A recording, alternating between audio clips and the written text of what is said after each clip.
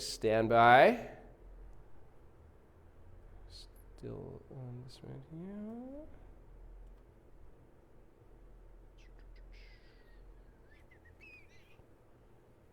One, two, three.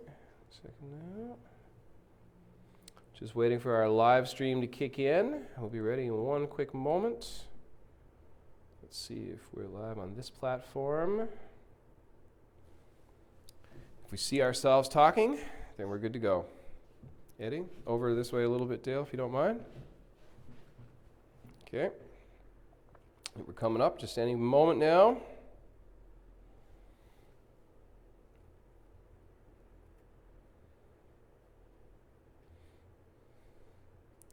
Nice thing about television, of course, is that you have off-air monitors and such things to let you know when you're actually live on the air. With Facebook, of course, we're just waiting for it to appear on Facebook. There we go. There we go. So we are on. All right.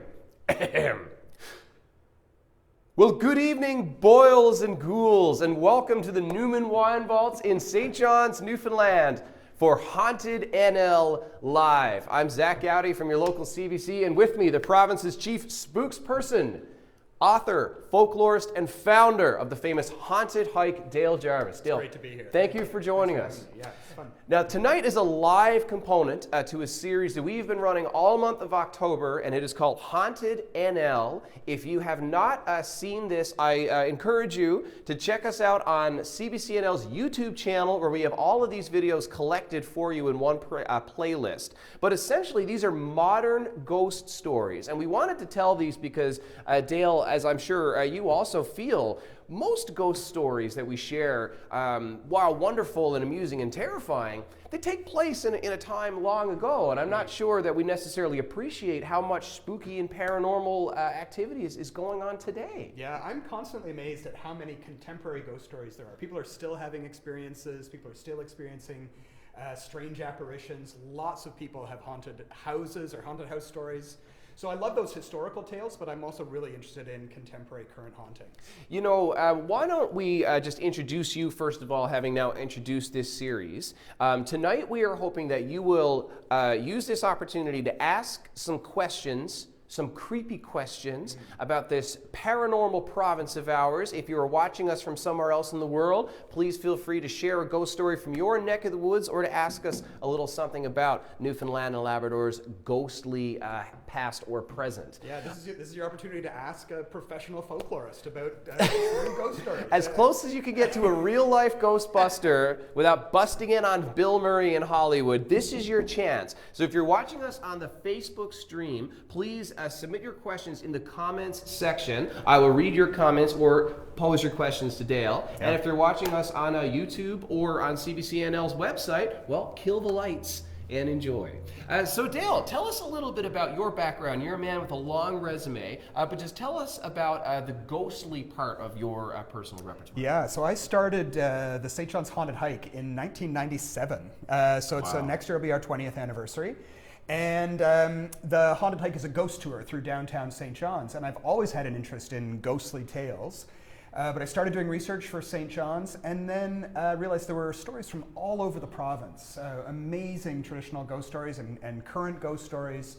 And I started to collect those stories and write those stories, and I had a column with the Evening Telegram for a decade called Newfoundland Unexplained. And every other week I'd have another strange story of strange things that were happening in the province. So, well, and that really speaks, I think, to the appetite that people have, not only to talk about these things, but to share their own experiences. And to it, we have many comments coming in already. So please join in on the fun on the CBC Newfoundland and Labrador Facebook page. Put your questions or ghost stories in the comments section, and we'll get to chatting about them right here at the Newman Wine Vaults. Yeah, I can already see some fabulous questions popping up. So let's get to this first question from David Sparks. This must be a common one. You and I both live here in St. John's. This is one of the oldest, not the oldest, we like to say, city in North America. Lots of haunted places, including this one. But David Sparks wants to know, what is the most haunted house in all of St. John's? That's a really difficult question to pinpoint with any degree of scientific accuracy, but There are certain buildings that I hear stories about time and time again. And one of the buildings that I get a lot of ghost stories for is the building that used to be called Victoria Station. It's now where the Reluctant Chef is. Ooh, yeah. Right on the corner of Cathedral Street and Duckworth Street. Yeah. And there's a story in St. John's that used to be a funeral parlor. And that's not actually true. What it was a doctor's surgery. There was a doctor there by the name of Kavanaugh. So it was used as a doctor's surgery. It's now a restaurant with apartments upstairs.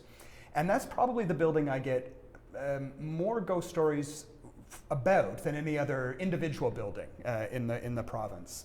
But there's a couple other ones that are pretty haunted. Mockbeggar Plantation in Bonavista has a lot of creepy ghost stories associated with that, which is a great historic house. It's open in the summers. And then there are certainly regions. I always say that Victoria Street in St. John's is one of the creepiest little streets in St. John's, 3 blocks long, but probably the most haunted street in Newfoundland.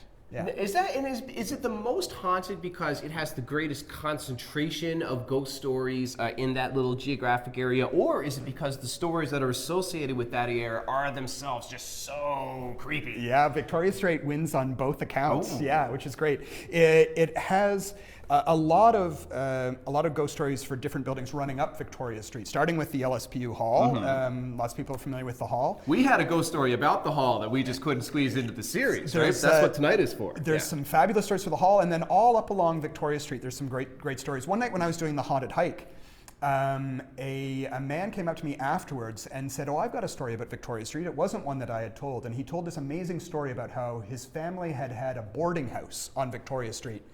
And as a kid, he was never allowed upstairs because someone had died in one of the rooms upstairs. So one night when his parents were out, he snuck upstairs into the room where the lodger had died. He thought all the lodgers were gone, opened up the room, and there was a man sitting on the bed smoking a cigarette. And the man was sitting in the half darkness smoking the cigarette, and he inhaled on his cigarette, and the tip of the cigarette glowed red, and he took the cigarette down and blew out the smoke, and then vanished as the boy was watching. That's a great one. And that's kind of typical for the stuff that happens on Victoria Street. You know, just up the road from Victoria Street, this is a good opportunity to bring in our Haunted NL series because the first story in that series is called Haunting at Masonic Hall. Yeah. Now, Masonic Hall is on Cathedral Street, which I think is just 1 block west of Victoria. And there's a little laneway that connects the two, right. which not a lot of people know about. In fact, I think that laneway is part of the Haunted tour. It is, and I have it townies who come on the tour and say, "I've never been down this laneway." Willicott's Lane. People are familiar with the entrance off Gower Street, but it actually continues down along and exits onto Victoria Street. The Masonic Temple has some great ghost stories. Well, there was a gentleman there who was the caretaker when the Masons were actually occupying that place. He spent a lot of time in that building, a lot of it by himself, and he had a very similar story of an apparition. I won't actually give it away. In fact, I'll encourage you to go to the CBC NL YouTube channel and watch Haunting at Masonic Hall, along with the other great Haunted NL videos. But as you say, apparitions, appearances, and disappearances is a big part of ghost story lore. In fact, we have a question now it has disappeared. We're getting so many questions. In fact, I'll just try to get it back up. But the lady is asking a question to you, Dale. You have a lot of ghost stories from other people, ghost stories you've collected from around the province. But a question from Facebook. Have you, Dale Jarvis, ever seen a ghost yourself? You know, I've never seen a ghost, but I live in a house on Fleming Street that has a ghost story associated with it. And there are actually multiple ghosts that are said to be in the building. And the one thing that I have experienced myself personally is a ghost cat. You know, sometimes if people who own cats, you know that feeling when a cat kind of brushes up against the side of your leg? Oh yeah, I've had that. I've had that happen to me, and then look, and there is no cat there. And years ago, there was a woman who was visiting from Ireland, a woman by the name of Anne Farrell, who was here for the Storytelling Festival in St. John's.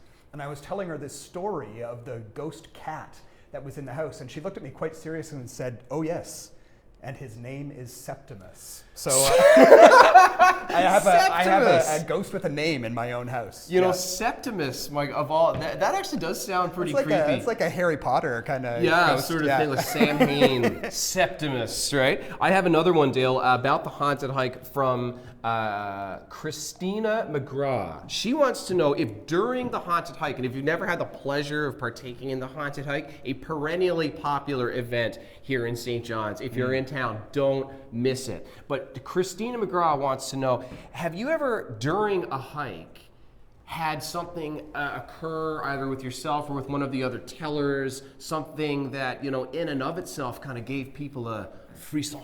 Yeah, I've had numerous people come and lots of people take photographs on the hike, and so people will capture what they think are strange images of things on the hike.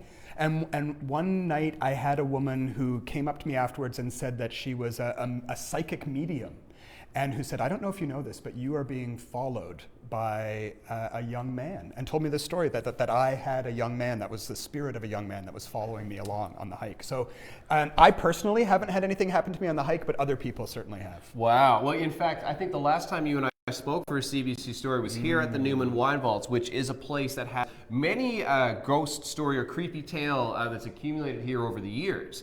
But there was a much more recent story during a wedding that was happening here, and somebody took a photograph during the ceremony. And Dale, why don't you pick up the story from there? Yeah, well, I think you were at the wedding, weren't you? My brother was at the wedding. Close friends of mine were getting married, so I will vouch for the veracity of this story, or at least for the credibility of the tellers. So there was a photograph that was taken during the wedding, and if my memory is correct, it was kind of shot in the direction that we're looking down here. Yeah, this is the shot. And somewhere over in this area, there was a photograph that was taken, and the wedding party was kind of doing one thing, and standing off to one side was a figure of a man in, I think, a white shirt with a black vest over top of it, who wasn't one of the wedding guests. In fact, he wasn't in the photograph. The person taking the picture, put the camera, down and sort of looked at the photo she had just taken and screamed bloody murder, interrupting the band and the ceremony, and everybody gathered around, and there, where nobody had been standing, was an apparition. Yeah, I know one of the interpreters who worked here, this is a provincial historic site. Indeed. One of the interpreters who worked here years ago was locking up the building and thought she was alone in the building. And just as she was about to lock up, she heard someone calling her name from inside the vault. And she thought, oh, one of the other staff must be here. And she came back, and of course there was no one here. So the staff that worked here have had their own experiences. Al Belbin says that the wine bottle behind us is moving. We'll have to go back and check the video on that one. Yeah, maybe not. Yeah. Okay, so moving along, from Liz Walsh, have others seen Mr. Keynes?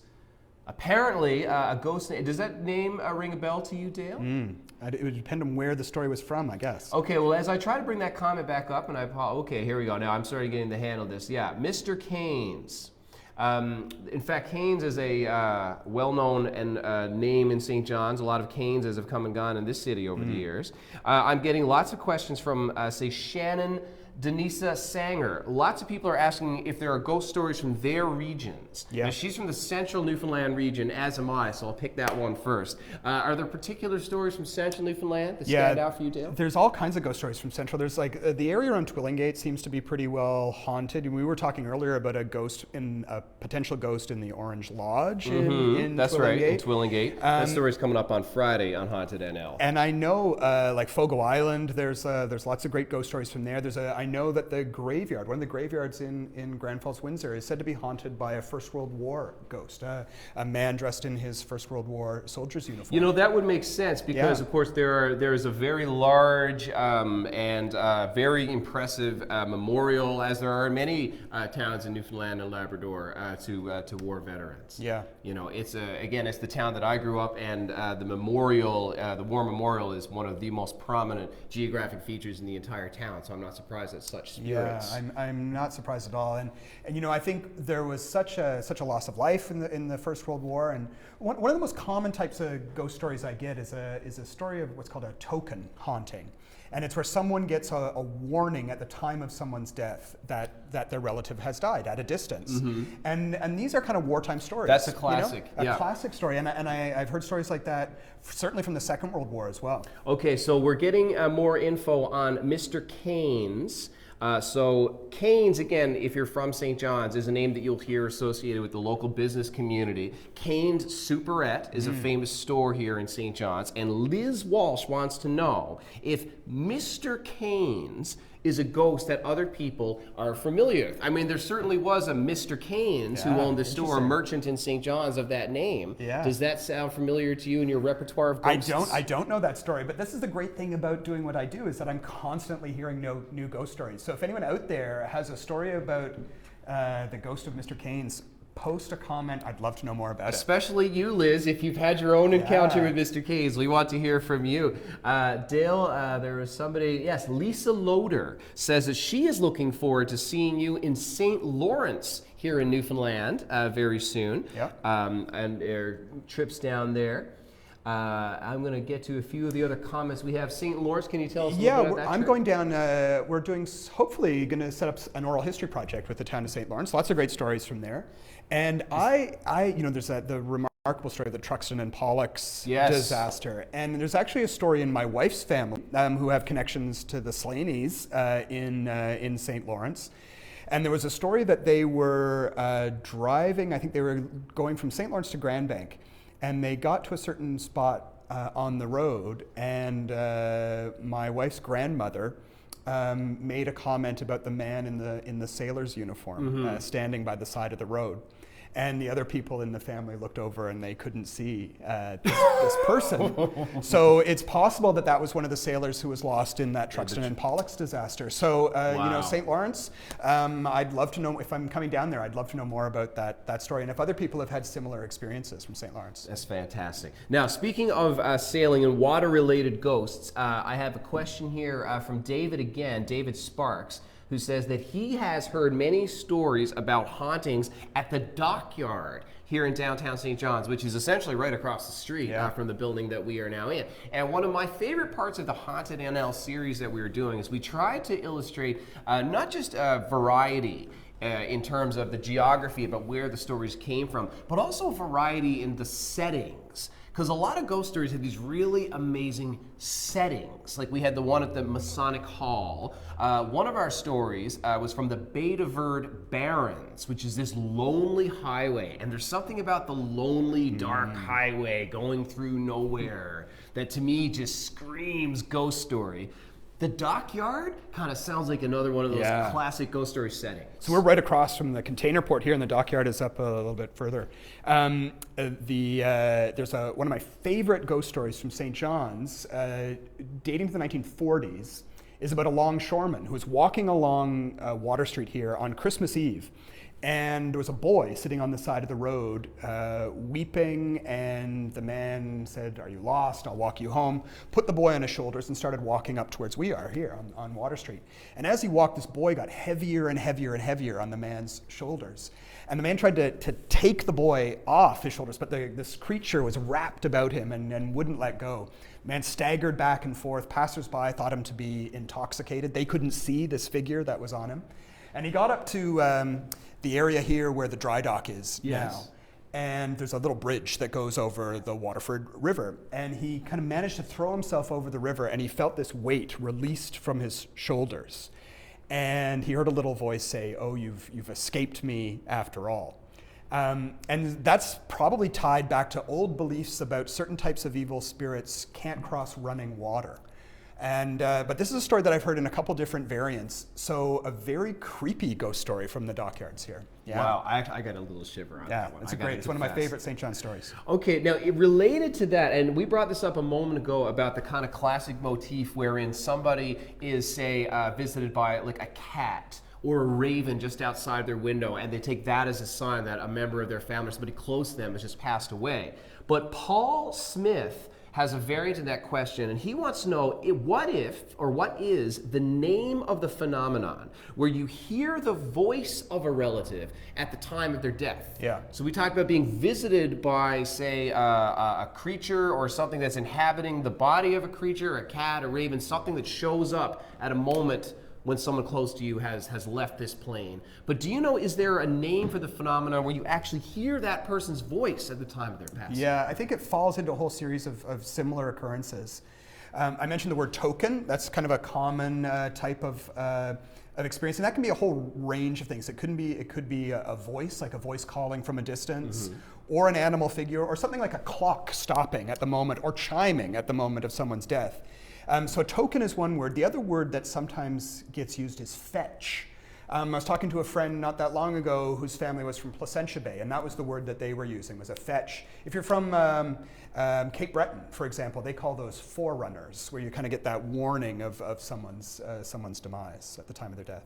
Wow. Now, I've got lots of people asking questions about ghost stories in their particular region. Thank you so much for getting in on the conversation. We'll try to get to them. You're picking out one right away, Dale. Tanya Noonan. Hi, Tanya. Is got a question from Clark's Beach. Another great, I know a couple of ghost stories from Clark's Beach. There's a trestle that runs between Clark's Beach and North River, the old railway trestle. And I know two different ghost stories for that spot. One is that it's said to be haunted by the ghost of a woman, a young woman in an old-fashioned bathing costume who died underneath the trestle. There can be quite a strong current there that kind of reverses depending on the tide. And the story is that there was a woman who went to meet her boyfriend one night. He didn't show up. She went swimming alone and drowned underneath the trestle. And she's been seen there drying her hair with glowing red eyes. Wow. There's also an old story about a ghostly train that was seen going between Clark's Beach and Bay Roberts. A man saw it, went to the train station, which still stands in Clark's Beach, asked the station master about the train that had gone through. The station master said, "No train's gone through here." And they telegraphed ahead to Bay Roberts, and no train ever arrived. So two good ghost stories for Clark's Beach. The big hill overlooking Clark's Beach, kind of between North River and Bareneed, Vinegar Hill, is said to be haunted by pirate ghosts. Now, I think every other community in Newfoundland is said to be haunted by pirate ghosts, but that's three ghost stories for Clark's Beach alone. You know, aren't those kinds of stories just enhanced by the quality of the place names? A place like Vinegar Hill, just has such personality, you know? Yeah. Let's get another question from Steve Gear, who wants a similar story. Can you give us some insight on the ghost of Kelly's Island in Conception Bay? Now, that's kind of a famous one. Yeah, right? so that's another pirate ghost. So Alphonsus Kelly, this is the legend, was a pirate, one of Peter Easton's crew of pirates. And that, again, there was a pirate treasure that was buried on Kelly's Island. And Alphonsus Kelly was said to be a huge pirate, said to be a very, very tall man, a giant of a man. And his ghost is said to haunt the treasure on Kelly's Island. And I know people who have tried to spend a night on Kelly's Island have been driven away by the ghost of Alphonsus Kelly. Yeah. Among other things, yeah. Dale, let me sneak a kind of funny one in here. This is from Erin Gillard. She wants to ask the expert, what is your advice on dealing with a roommate who plays ghostly pranks on you, such as leaving on faucets or flicking on lights and scaring the pants off you all the time in your own house? That's a good question. I think payback is the way to deal with that. Yeah. We were talking about Victoria Street earlier, and there was a story that I tell on the hike about someone who thought they were being pranked. There was a knocking that kept coming at the door, and he would go and answer the door, and there would be nobody there. And so he was convinced that it was a prank. And then the knocking moved from the door to the wall, moved along the wall until the point where the wall stopped, and then the knocking turned the corner and continued along the outside wall. So it wasn't a prank after all. And this man put his house for sale up there after, I'm assuming. But man, I'm sure there's all kinds of YouTube videos about possible pranks you can play on your roommates. Well, again, I hope that you are, some of us anyway, are watching this on YouTube. If you are there after this discussion, please check out our Haunted NL playlist on the CBC NL channel. You can see all the videos that have sparked this discussion. So we got some more information here about Mr. Keynes, who owned Keynes Soubrette. That's right. Who apparently walks the streets. So Liz was driving downtown, let an elderly man cross in front of the car. The passenger asked why she had stopped, and she said to let him cross. And they said, who? And they didn't see him. So Thanks for that one, Liz. That's Thank great. you for sharing that one, Liz. I wish I'd had that one in my repertoire when we were doing the Haunted NL series. Yeah, that's awesome. So let me get one from Shane Evans. Dale, have you ever heard of this, or rather, have you ever heard of the smell of death? We talked so far about being visited by a token of some kind when a person near you has passed. We've talked about hearing their voice. Now, Shane Evans wants to know, what about the smell, a distinct smell that appears at the time of a loved one's passing? Yeah, a couple of years ago, someone told me a really interesting story about a member of their family who would get the smell of death, and they would know that someone close to them was going to die in that family. And I wrote an article about that for the Telegram a couple of years ago.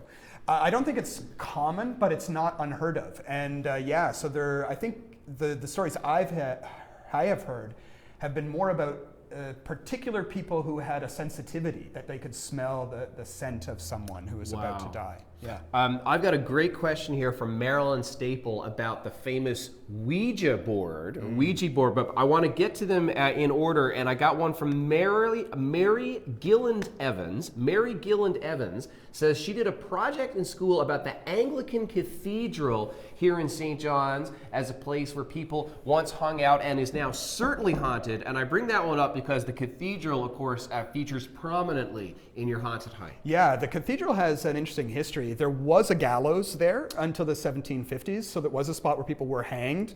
Very busy graveyard, over 5,000 people buried in that small graveyard. You wouldn't know that looking at it today. Most of the tombstones are missing. I think a lot of them were robbed after the Great Fire of 1892. I perhaps would have left those alone. Yeah. There is a famous ghostly photograph story for the Anglican Cathedral, and the photograph is still in the little museum that they have in the, I think, in the south transept of the main floor of the building. It's a remarkable photograph, and it shows a line of men in front of the cathedral, taken from Duckworth Street, looking up towards the cathedral. And at the end of the line, here is a man, a semi-transparent man in rougher clothes. And the story was that there was a group of workmen who, when the building was finished, had their photograph taken, and one of the workers who had died appeared at the end of the line. Now, I know in speaking with the former cathedral archivist, she was very doubtful of the story. It might simply be kind of a failed exposure. Maybe there was a person who wasn't supposed to be in there and they chased him away. A double exposure of some kind. That's right. So it's up to you, I guess, whether you believe it to be ghostly or not. But yeah, definitely some interesting stories associated with the Anglican Cathedral. All right, speaking of up to you whether you believe it to be ghostly or not, we're going to talk about the Ouija board. Yeah. If you are just joining us, you are watching Haunted NL Live on the CBC NL social media platforms. We are at the Newman Wine Vaults in downtown St. John's with Chief Spooksperson Dale Jarvis. Now, Dale, this is a particularly timely question because I know there's a big budget Hollywood movie right now about the Ouija board hitting theaters, timed to Halloween, of course, as this discussion is as well. So from Marilyn Staples, she asks, any Ouija board stories? When I was a young girl, I worked at the Department of Tourism in an old building on Water Street East, near where we are now, and the girls used to play Ouija board during break time. Every time I walked into the room, the Ouija board would fly off the board, and they were convinced that the devil hated me. That question from Marilyn Staple. Ring any ghostly bells to you? Man, the Ouija board stories. That was a big one. That's a good one. Yeah. I've heard so many Ouija board stories over the years, and people have very definite opinions about Ouija board. Yeah. Some people say no, absolutely not. It's all fake. It's people are moving the piece around, and other people are absolutely terrified of even the idea of using a Ouija board. And my confession is that I've never used one. Go away. I've never ever used one. So if you're Marilyn, if you got one handy, give me a call and maybe we should. If you want to spook the spookster, this is your chance with a Ouija board. And I don't know if I want to know. There's something interesting about not knowing either way which way the Ouija boards go. I think that's the case for lots of things. Okay, question from Brad Crew. He says Masonic Temple is amazingly haunted, as seen on NL Paranormal. Of course, that's another program. We're not the only ones interested in paranormal happenings around here. Mary Gilland Evans says, and also the old Forens Hotel is haunted. The old Foreign's Hotel. Now, the hotels around here have changed names often, but do you know which hotel she's referring to? There's a bit of a debate, actually, about where the Foreign's Hotel was. There was a hotel that was owned by a man named Foreign where the Sir Humphrey Gilbert building is, near the War Memorial. Yeah. But then there was also possibly a Foreign's Hotel where the post office building is, on Water Street. And there was a story that was collected in the very early 20th century about a ghostly knocking. There was a stranger who arrived at the hotel. There had been a room that had been the site of ghostly rapping noises, and the staff had just locked the room and had left it vacant. But on this one night, the hotel was full. The only room available was the one that had had the knocking. This mysterious lodger retired. And later that night, the knocking returned. They rushed to the room. The door was locked, and upon breaking the door down, there was the lodger lying on his bed and cold in death. And when they removed the body from the building on the next morning, people said they could hear that knocking noise throughout the building. Wow. Now, the modern part of that story is that I have heard from a couple people that the current post office building may be haunted on Water Street, including a knocking noise heard from one of the upper story rooms. Wow. So that's why I tend to think it might be more that location rather than the other location. Since it has the knock. Yeah. Right. But the other hotel, the hotel that used to stand where the Sir Humphrey Gilbert building had one of the first elevators in Newfoundland and had one of the first elevator fatalities in Newfoundland. A man walked into the open elevator shaft and died there. So another possibly haunted spot there. I guess that's one of the advantages, this is how we see it anyway, disadvantages if you're not so inclined to love ghosts, about living in a place with as much history as Newfoundland and Labrador. Yeah. So much more of those stories kind of accumulate around. And we have some ancient ghost stories, and including in the Viking sagas. One of the oldest, probably the oldest European North American story in the Viking sagas is from Newfoundland, or Vinland, wherever Vinland may have been. So it might have been a Lanson Meadows story about a revenant man, a man who came back from the dead. And there are stories on the Northern Peninsula, especially around St. Anthony, about ghostly Viking ships.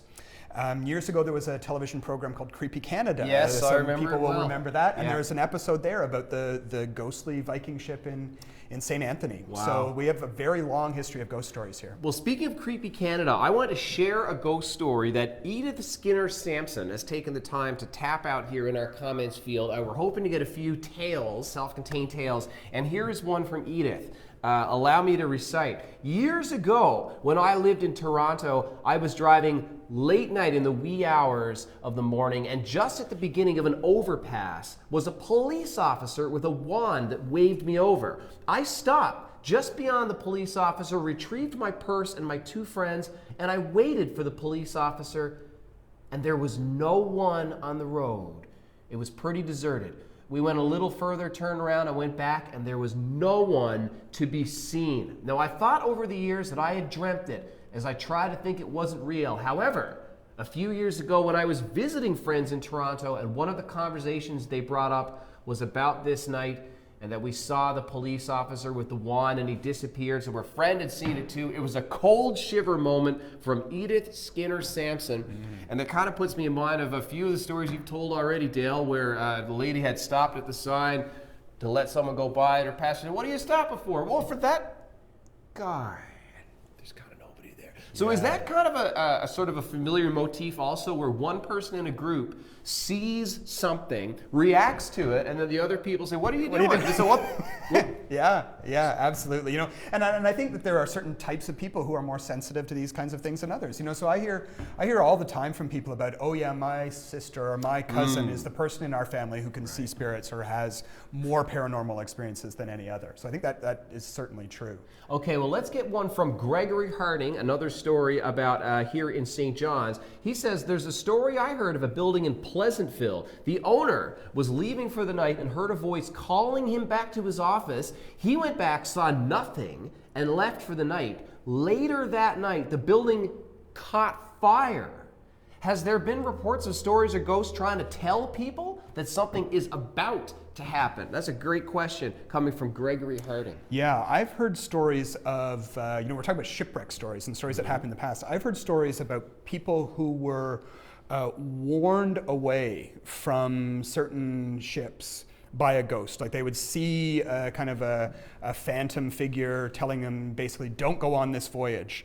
And then there would be a shipwreck and everyone would be lost except for the person who had been warned away by a spirit. So that is actually a recurring motif in a lot of our older ghost stories, this idea that spirits can sometimes come back with a warning about behavior or something that might happen in the future. Speaking of which, we have a question from Bob Mann, who's watching on the CBC NL YouTube channel, and he has a question about this very topic, wondering if children are particularly sensitive to those sorts of paranormal activities or paranormal happenings. Yeah, I talk about motifs that recur in stories, and I'm always interested in that as a folklorist about, these kind of repetitive things that happen in stories. And one of the stories that I hear from time to time is about a child who will have a conversation with someone who isn't there, or say, oh yeah, this man walked me home from school, and then later they will be looking at a photo album and will say, oh yeah, that's the man that walked me home from school, and it'll be a great-grandfather, someone who had died before the child was born.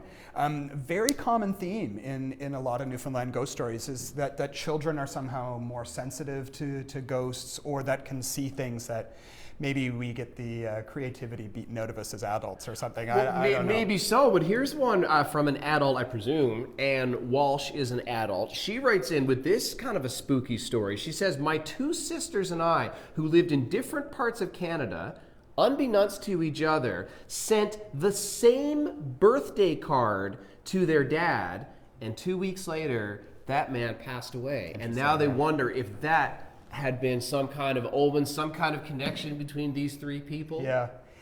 It's funny, I hear all kinds of strange stories, but I'm also a folklorist. And so there's a thing that we do as humans where we try to make sense of chaotic information. And sometimes we find patterns in things. It's a human trait, I guess, that we want to find the patterns. We want to find explanations for things. Sometimes things are just a coincidence, and maybe sometimes there's something deeper to it. Well, here's a story from John Jador, who I believe is a gentleman from Labrador, John Nick Jador, if I think from Con River. There you go. You and I have both spoken to John before. Thank you for sharing a comment with us. He brings a story about a haunted trap line from John Nick Jador. Two men encroached on a man from Con River's trapping grounds, beat him up pretty bad, and as they were walking away, he said, "That's fine, I'll come back next year. Neither of you will, both." Let me see if I can rephrase that. And as they were walking away, the man said, "That's fine, I'll come back next year. Neither of you will." That's how he intended it. That's actually much creepier. So both of these men passed the following year, and he continued, the man who's beaten up, he continued to trap. Now, people have tried to get animals there now, but they are never successful, and most get scared out of the area, claiming someone hides their trapping supplies in the treetops when they are asleep. That's that awesome. one from John Jador. Thanks, John. That's great. Yeah, that's a new one to me. That's great. That's really hot. Again, and a trap line, being out in the woods the way John describes, that's another one of those great, I think, classic settings for a ghost story. Yeah, I've never heard that Con River one before, but one of the most famous ghost stories from Labrador is about a trapper by the name of Old Smoker. Lots of people in Labrador, especially the south part of Labrador, have stories about Old Smoker, who is who will be seen with a ghostly dog team. Sometimes will lead people out of a blizzard. He's kind of a helpful spirit. If you're lost, Old Smoker might save your life. Wow. And I've heard that more modern people have had experiences with Old Smoker where he's upgraded to a snowmobile. He's kept up with the times, and he'll be seen on the kind of snowmobile routes with his ghostly snowmobile. If you're on near the trap line that John Jador describes in Con River and the southern part of the island of Newfoundland, hopefully this spirit will treat you with benevolence and not malevolence, as the case with these two fellas. Let's get a couple more here, Dale. We have a one from Kurt Porter who says he loves your material and keep it up. I just wanted to pass on the comment from Kurt. I see Janelle here is asking about more stories from Central, if there's stories from Buckens. And yeah, I've had some great stories from Buckens over the years, including an interesting one. We're talking about that warning of someone's death. There's a story from Buckens about 3 knocks at the door. That if someone was in trouble at the mine, or if someone had passed away, they would get a knock. The family would hear 3 knocks at the front door. And when they went to answer the door, no one would be there. And then they would get word a little while later that someone had passed away in the family.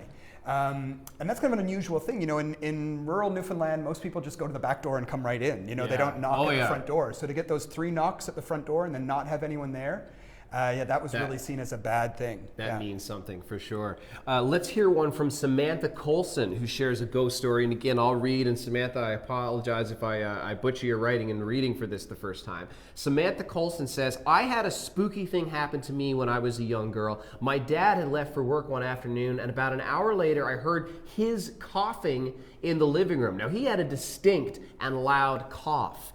I was confused because I hadn't heard him come back inside, and when I went to see if he was in the living room, he wasn't there. But I had most definitely heard his coughing, and I was living in the downtown area when this happened, which might explain a lot. That story from Samantha Colson. And those kind of very distinctive sounds, like I think here she describes her father's distinctive coughing. I've sort of heard stories when people hear an elderly relative's distinctive shuffling coming from the room upstairs, a sound they've heard 1,000 times, and yet in this case, there's nobody up. A woman I work with who's from Pooch Cove told me a story about they had a house that was built on the site of the grandfather's old house, and someone had a story about hearing him after his death.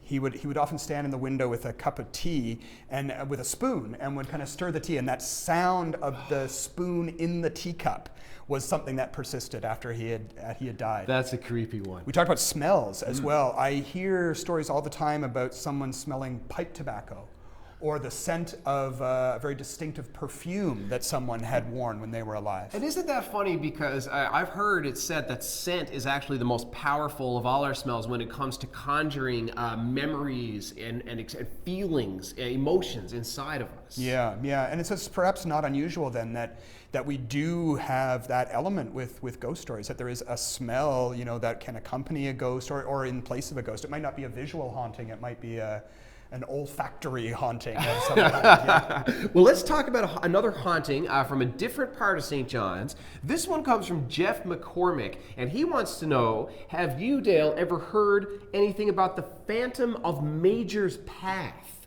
Now, Major's Path, if you're not familiar with, is sort of a street that is in, I guess you would describe it as the northeast end of town. It's a ways outside of the downtown St. John's with all of its century-old Victorian buildings and places like this that are obviously haunted. Up on Major's Path, Jeff McCormick says that I grew up in that area and heard a story about a man in a long black coat and a black hat. Some say his eyes glowed red in the dark of night. That's the second red glowing eye ghost we've had on in the last few minutes. Yeah, that's a new one for me, but man, what a classic ghost appearance. You know, that long coat and the hat and the eyes, that's great. Well, let's try another ghost story. This one from Trickett Dwayne. Trickett Dwayne, love that first name if that is your real name. He says, the Hollies of Marshall's Folly. Ring any bells to you so far? The Hollies are kind of a famous type of haunting, here associated with the ghosts of drowned men. Oh yeah. So he's talking about Perry's Cove. So this is Conception Bay North area. So let's read Trickett Dwayne's comment in case you're watching us here. He says, the Hollies of Marshall's Folly. Apparently years ago, a boat went down. Many stories of ghosts calling on foggy days. Story from my grandfather that they followed the moans and sounds down to the shore at the beach of Perry's Cove. They heard the boat come ashore, and when they went to the beach, there was no boat there at all. Yeah. So you were saying about the Hollies. That's another recurring motif in ghost stories. Yeah, and that's a very kind of region-specific type of haunting. You know, that area in Conception Bay North, I've heard stories like that. everywhere from, like, this story is from Perry's Cove up through Northern Bay Sands, right up to Bay de Verde. The Hollies are if you ask anyone out that way about what the Hollies are, they will tell you that it's the sound of drowned men, these sailors that were lost. There was various stories. There was a major hurricane in the 1700s. Some people called it the Independence Hurricane because it was 1776, the year of American independence. Swept up the East Coast. It created incredible damage all along the eastern seaboard and an incredible loss of life here in Newfoundland at that time. And many of the men who were out fishing at that time washed up on the beaches. There's stories of a mass grave somewhere near Northern Bay Sands. If anyone from that area out there knows where that mass grave is, I would love to know. I go camping out there a lot. Well, tell Dale. Don't tell Zach. But yeah, so lots of people have stories about either those men's voices or the voices of drowned men from that area. Yeah, really. And I think it's even in the Dictionary of Newfoundland English, if you look up Hollies, if I'm correct, that it's actually kind of made its way into our language. I'm going to look that up when I get home. If you are just joining us, you're watching Haunted NL Live from St. John's, Newfoundland and Labrador. Dale Jarvis, author, folklorist, and founder of St. John's Haunted Hike, is here taking your questions about all things paranormal. Now, in this series, Haunted NL, we have produced a bunch of video ghost stories. They are modern ghost stories, real people with real stories about things they swear really happened to them. We have a comment from Miriam Templeton, and her comment actually ties in with a story that we've already published just last week, in fact. Miriam tells about Agnes Lettingham, who haunts the Association of Registered Nurses of Newfoundland and Labrador, or more correctly, she haunts the building in downtown St. John's where that association is today housed. It just so happens that the most recent Haunted NL story is, in fact, the story of Agnes Lettingham at the ARNNL. So please, Miriam and everyone else watching, enjoy that story. It's called The Guardian, and you can find it along with the other Haunted NL videos on the CBC NL YouTube channel. We've got them all in a Haunted NL playlist. But I'll read Miriam's comment, who says, Agnes Lettingham haunts the ARNNL house on Military Road. She was my great aunt. She came out of Nova Scotia, I believe, or no, from Scotland when her brother John's wife had died, leaving him with 8 children. John himself died 2 years later, so Agnes got the full responsibility of these 8 kids. She longed to return to her home, but could not, of course, being bound by her obligation. And many people say that she remains there in this incredibly spooky Victorian mansion here in downtown St. John's that is now home to the ARNNL. I know you know the house, Dale, because it's in your neighborhood. Have you ever been there? And I'm so glad that was one of the stories that you did, because it's a story that I had never researched. But I remember a few years back, I was at one of the storytelling nights at the Crow's Nest here in downtown St. John's. Another fabulous spot. I don't know if there's a ghost there, but it should be haunted if it isn't. And a woman came and said, oh, I've got a ghost story about this particular building. So yeah, it's a building that has had stories told about it for a while. And it's great to have that family connection to the ghost. Like, that's so rare in some ways. Yeah, that's great. In fact, this is the first story that we've done in this series wherein the person could tell us, this is the ghost. It's not like some random apparition. It's Agnes Lettingham, who was born on such and such and died. They had a photo they could show me of her gravestone. But so many people who've worked in that building have had their own personal experiences. And it's, again, when you sort of hear the same kinds of stories from lots of different people who work there at all these different times. You know, that starts to lend a little bit more power, I think, to the tale. I'm always really interested in places like that, where I hear stories from different people who might be unknown to each other. So for example, I've heard several stories over the years about the old Newfoundland Hotel. The old building that stood there. I've heard from various people stories of how that building had been haunted. People who worked there, people who had been participating in events there, catering staff. So when I hear lots of different stories from different people, that makes me think that something is going on in a particular location. Wow. Yeah. Speaking of something going on, I've got one from Jason Carberry. There's been a lot of talk this month about creepy clowns, which is kind of a thing that's sort of made its way into pop culture. Here's one though from Jason Carberry that gets at another of my favorite sort of creepy creatures, and that is the haunted doll. All right, haunted dolls to me are way scarier than creepy clowns. He says, Jason Carberry says, back in 95 or 98, my father had brought home a book on haunted teddy bears of the world. This book came off a Russian flight at the Gander airport. Some backstory going on here.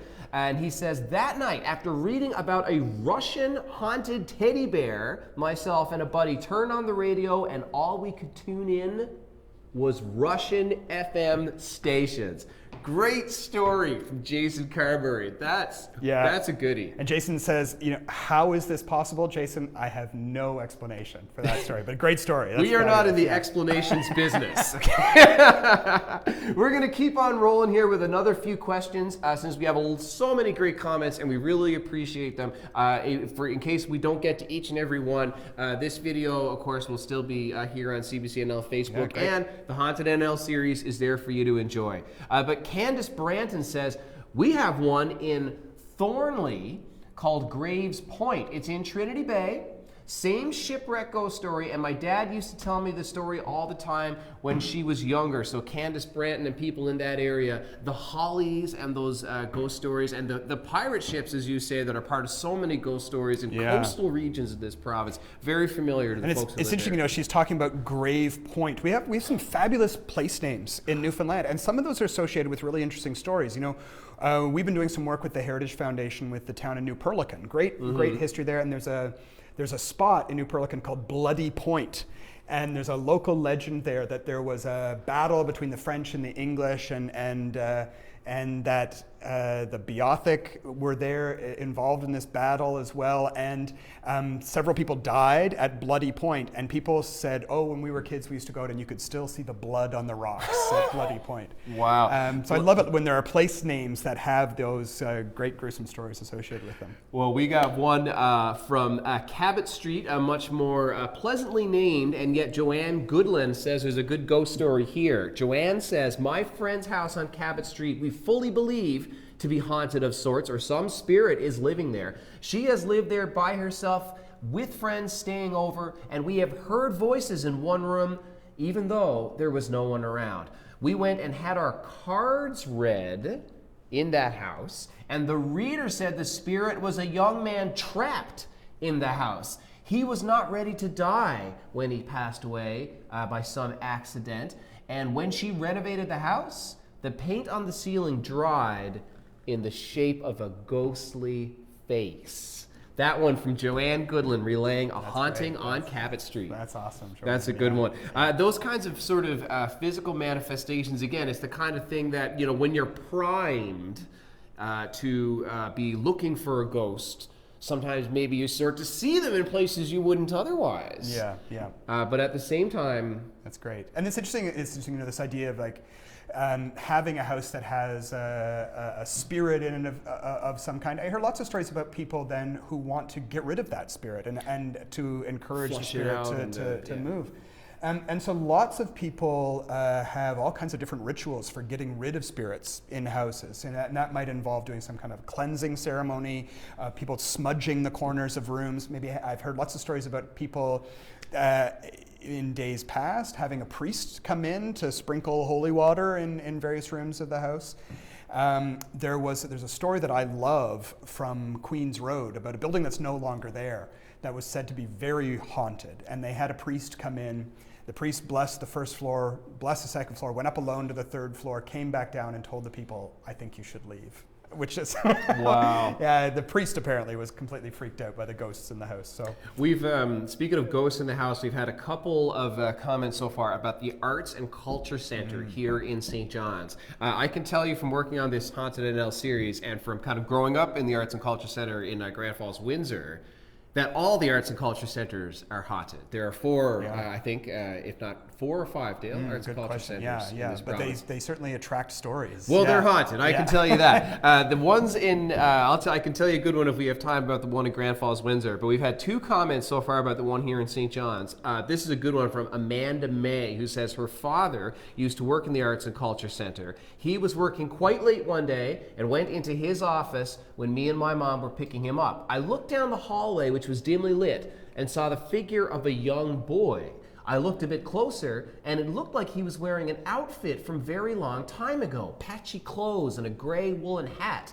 I told my dance teacher about it, and she told me that there used to be an orphanage for boys on the site where the Arts and Culture Center is now. Yeah, and Amanda, that's true. There used to be, I believe it was a Church of England orphanage, which sat on the site that is now occupied by the Arts and Culture Center. And there's actually a row of trees kind of leading up there that kind of cut through the university property. And that was the original laneway leading up to the house that was there. So the trees predate the Arts and Culture Center. And I've heard from several other people who've worked in the library there, that they've run into a figure in the book stacks. So yeah, it is definitely a place that has attracted ghost stories over the years, and that story about it being an orphanage is a true story. Wow. We have one from Lenora Conway, who says, this is a true story.